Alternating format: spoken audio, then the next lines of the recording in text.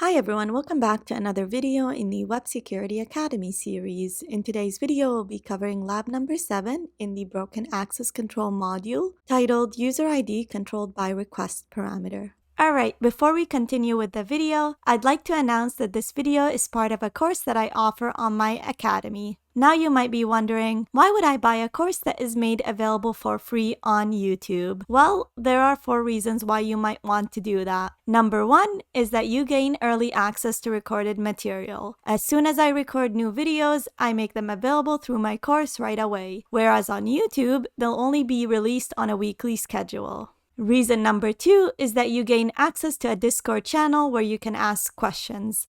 The Discord channel is divided into topics that we cover in the course, and if you run into any issues, you get to ask questions about anything related to the course material. Reason number 3 is that you no longer have to deal with YouTube ads or sponsor messages. And last but not least, reason number 4 is you get to support me. Any revenue generated from this course will go back into maintaining the academy and creating more videos and courses that will be made available for free on my YouTube channel. So if you're interested in buying the course, make sure to check out the link in the description. And that is it. Let's go back to our video. If you do not have an account on the Web Security Academy, you can get one by visiting the URL portswigger.net/websecurity and clicking on the sign up button. I already have an account, so to access the exercise, I'm going to click on Academy, go down, select the learning path, go down, select Access Control, and then go down to the 7th lab, titled User ID Controlled by Request Parameter. Alright, let's get started. This lab has a horizontal privilege escalation vulnerability on the user account page. So horizontal privilege escalation means that you're able to compromise users of the same privilege level. To solve the lab, obtain the API key for the user Carlos and submit it as the solution. You can log into your own account using the following credentials, and we're giving credentials of a regular user. Alright, so the target goal over here is to obtain the API key for the user Carlos and submit it as a solution. And we're given credentials of a regular user account, so the idea is to exploit the horizontal privilege escalation vulnerability in order to access another user's account. Alright, let's get started. Now, this is the built-in browser in Burp, and so all my requests are already going through the Burp proxy. Alright, the first thing that we're going to do is we're going to log in with the regular account that we were given and just analyze how the application works. Hopefully we'll be able to see a parameter where we could change it in order to escalate our privileges horizontally to the Carlos user. So here's the API key. It's available on the /myaccount page. So if we go to home over here, it leads us to the shopping page. If we go to my account, it leads us back to the my account page. Now notice over here, the request to the my account page takes an ID parameter and it takes in the username of the user. Now this is definitely interacting with the backend, and if the application is not confirming on the backend that the session cookie that is assigned to this user over here is the same one as the user that is requested in the ID parameter, then we could potentially have a privilege escalation vulnerability. So let's send this to repeater and just hit send again. Now, when we're searching for API key over here, you could see the username is for the regular user that we're given. Now, let's see if this is actually checked in the backend or if it's client controllable. Because again, if it's client controllable, then we should be able to request the ID of any user on the system. So we're trying for Carlos, hit send, I get a 200 OK. This is already a good sign. And if I look for the API key over here, you could see that the username is Carlos. And so we were able to simply access Carlos's account by changing this ID parameter over here. Now, you might be thinking that this is simple, but this is actually a vulnerability that I found in one of the applications that I've tested. It's been a while since I've found a vulnerability this simple, but I did find it in one of the applications. So this is definitely real world. So let's hit submit solution, enter it over here, hit OK. And here we go. It says, congratulations, you solved the lab. Okay, so we completed the exercise by exploiting the vulnerability manually. Now let's script it. as usual, the first thing we're going to do is import the requests library, the sys library, URL lib3, and the regex library. Next, we're going to disable TLS warnings. And then we're going to set our proxy setting because we want all of our requests to be sent to burp just in case we need to see them in order to debug them. So HTTP 127.0.0.1, port 8080, and then HTTPS, again sent to HTTP 127.0.0.1, 8080. All right, this looks good.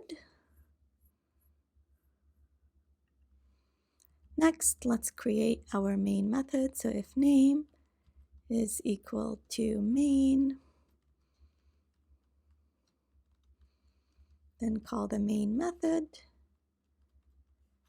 And we'll define the main method right over here. So def main. And we're going to say if the length of the command line arguments is not equal to 2, then print the usage and example instructions. So we're going to say the name of the program and the URL. So this is just guiding the user on how to run the program because the user ran it incorrectly. And we'll also print example instructions just so that it's absolutely clear how to run the program. Again, name of the program, and then let's say the URL is www.example.com. And we take the name of the program from the command line argument. And then we end the program because the user ran it incorrectly. All right, this looks good. So it'll enter this part of the if statement if the user runs the program incorrectly, so with the incorrect number of arguments. Now let's assume the user ran it with the correct number of arguments. The first thing that we're going to do is create a sessions object. So requests.session. This will allow us to pass the cookies of the logged in user once we log in. Next, we're going to say URL is equal to sys.argv1. So we're taking that from the command line. And then we're going to call the function Carlos API key, which takes in the session object and the URL. And what that function is going to do is essentially exploit the broken access control vulnerability in order to extract the API key of the Carlos user. Okay. So let's implement that function right over here. So def Carlos API key, again, takes in the session object and the URL. Now, before we decide what we want to implement in this function, we need to understand how the application functions. So if we go back to proxy and then under HTTP history, when we were logging in, and notice over here we've got a post request, the post request takes in 3 parameters, the CSRF token, the username, and the password. Now, the username and the password we already know, but the CSRF parameter we need to take from the login page when it loads. So the page we need to take it from is this one right over here. So it'll be in the response, so CSRF over here, and then include it in our post request. So the first thing that we really need to do before we log in is get CSRF token from login page. And the way we're going to do that is by performing the get request to the login page, which is this one over here. So the URL to the login page is this. So we'll say login URL is equal to URL plus /login because we're getting it from over here. And then we're just going to create a new function. So we'll just say CSRF token is a variable that is equal to the output of the function get CSRF token, and that takes in the session object and the login URL. So instead of implementing the functionality over here, we're just creating a new function and getting the CSRF token from there. So rest of code. All right, let's implement that function first. So def get CSRF token. We're going to perform the request. So s.get URL verify is equal to false because we don't want to verify TLS certificates, and proxies is equal to proxies because we want our request to be sent to burp. And then we'll say soup is equal to beautiful soup, r.text, and HTML parser. So we're just parsing the response, and I'm calling the beautiful soup function over here, but I didn't import it. So let's import it. So from BS4 import beautiful soup. All right, this looks good. Next, we're going to say CSRF is equal to soup.find, and it's where the CSRF token is stored. So if we look over here, it's in an input element under the name CSRF, and the CSRF token is in the attribute value. So the way we're going to extract that is we're going to say it's an input element, and the name of the input element is equal to CSRF.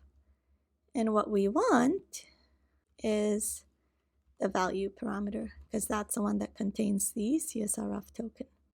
Okay, this looks good. Next, we're going to return the CSRF variable so that it gets sent to this right over here. Okay, this looks good. Now that we've gotten the CSRF token, we have all the variables that we need in order to log into the account. And so the first thing that we're going to do is log in as the Wiener user. So let's print that over here.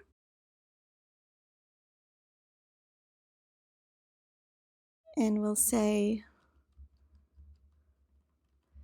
logging in as the Wiener user.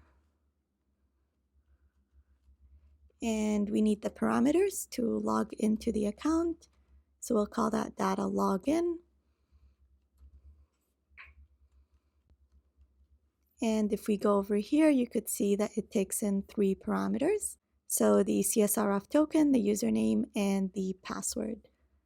So we'll start off with the CSRF token.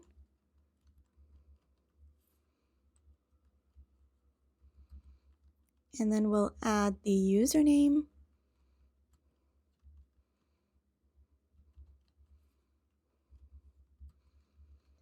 And the password, which was Peter.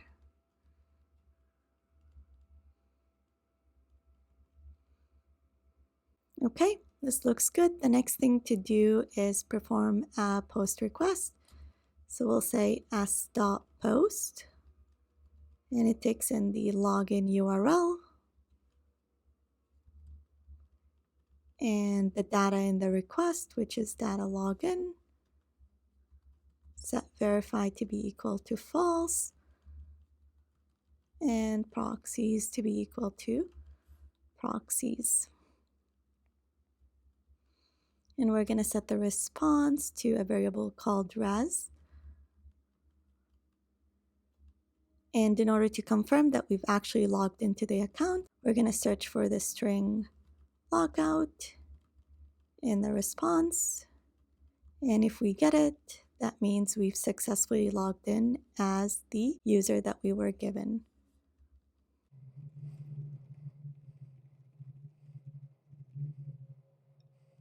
Now, if we don't see logout in the response, that means we failed to log in. So we'll add a statement for debugging purposes saying could not log in as the user that we were given. Okay, so let's assume we logged in as the user. The next step is to exploit the access control vulnerability.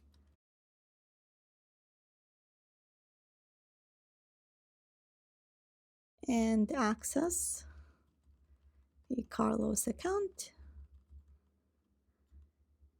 And the way to do that, so if we go to my account over here, and we did this in repeater. So if we go to repeater over here, this is the request that we made. It's a get request, and it's to this URL right over here. So we're going to call this Carlos URL and copy this over here. And then we're going to perform the get request. So s.get Carlos URL, set verified to be equal to false because we don't want to verify TLS certificates, and set proxies to be equal to proxies because we want the request to be sent to burp. And then we're going to save the response again in a variable called res. And what we're going to do is we're going to check for the string Carlos in the response. The reason we're doing that is just to confirm that we've successfully logged into Carlos's account. And if we did, we're going to print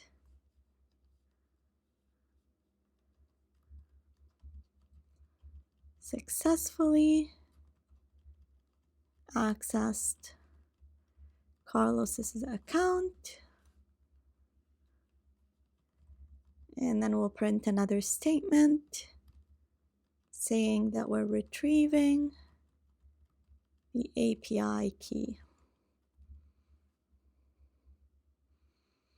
Okay, so the next step is to retrieve the API key from the response. And so what we're going to do is we're just going to run a regex string on the entire response and extract the string that starts with your API key. And so it should extract this entire part right over here. So to do that, we'll create a new variable called API key. And then we're going to say re.search. So search for the string your API key is, which is this string right over here. And then match on any number of characters. And do that for the response. And then I'm going to say dot group one, so output the first element. Okay, so this looks good. And then we're going to print the API key. So API key is,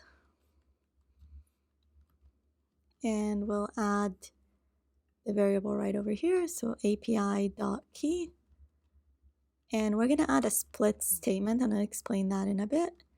And we're splitting on the div element and just outputting the first instance of it. So what happens when we search on this regex right over here is that it will print this entire string over here. However, I just wanted to print the API key. And so what I'm doing is I'm splitting on this element over here and then outputting the first instance. And so what it should output is just this string right over here. Okay, this looks good.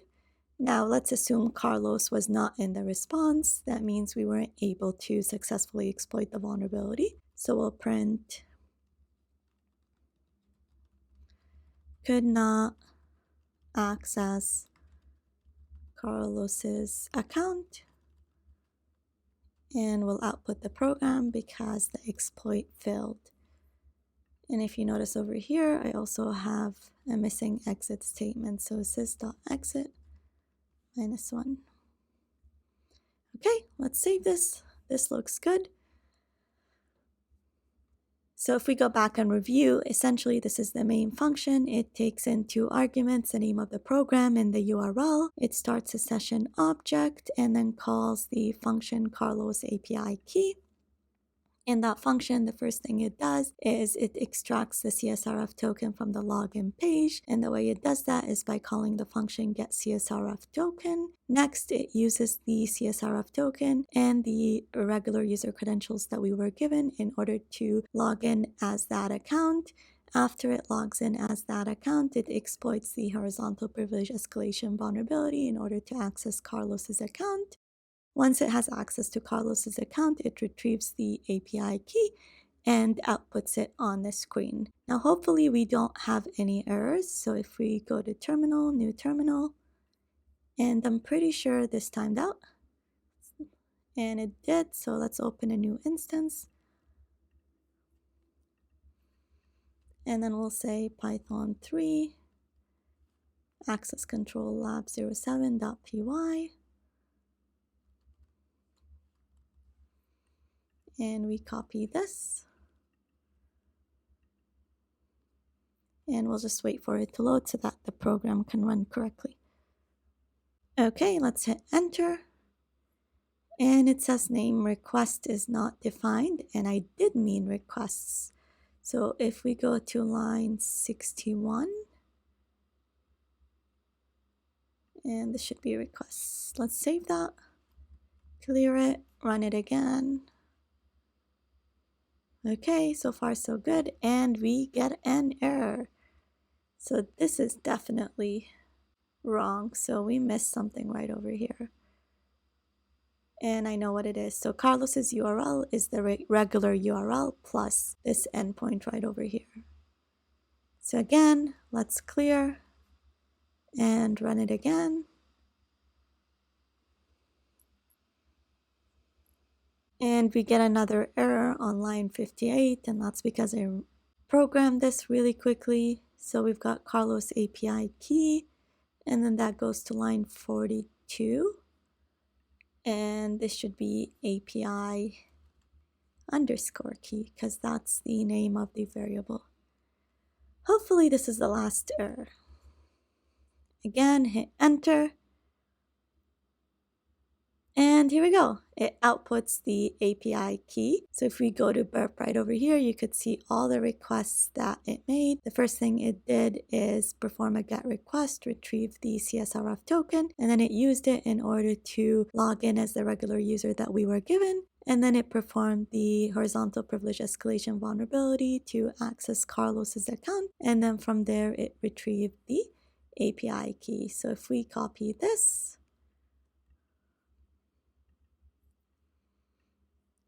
and submit the solution. Here we go. It says, congratulations, you solved the lab.